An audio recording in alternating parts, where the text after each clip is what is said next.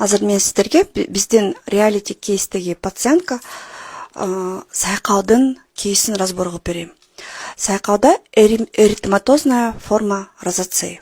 То есть бул диагнозда кан тамыр жана сезгенүү, жөн эле кан тамырлар кеңейип кетүү эмес, бул жерде эң маанилүүсү сезгенүү, бул дерматоз.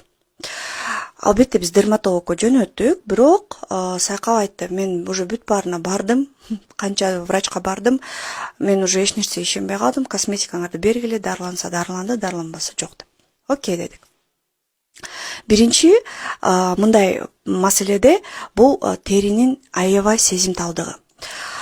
Барьердин баары бузулган, териде церамиддер жок, анан биз берген активдерге албетте аябай катуу реакция болмок. Ошон үчүн биринчи биз жумшак жуунучу каражатты сунуштадык, анан албетте